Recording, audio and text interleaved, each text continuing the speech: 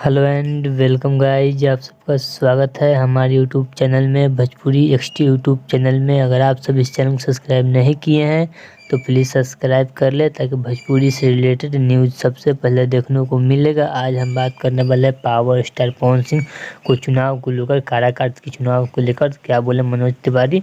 चलिए वीडियो को आगे बढ़ने से पहले पवन सिंह फैन है तो चैनल को सब्सक्राइब कर ले। बात करते हैं पावर स्टार के बारे में क्या बोले मनोज तिवारी। तो मनोज तिवारी बोले वह मेरा छोटा भाई है, मनोज तिवारी बोले पावर स्टार पवन सिंह वह उसको हम लोगों ने टिकट दिया था आसनसोल से। अपने मर्जी के अनुसार पवन सिंह ने अपने टिकट को लौटा दिया और निर्दलीय चुनाव लड़ने का प्रयास किया। पावर स्टार पवन सिंह वो भी मोदी जी का ही विचारधारा से मिलता जुलता उसका भी विचारधारा यह कहना था, मनोज तिवारी का यह कहना था।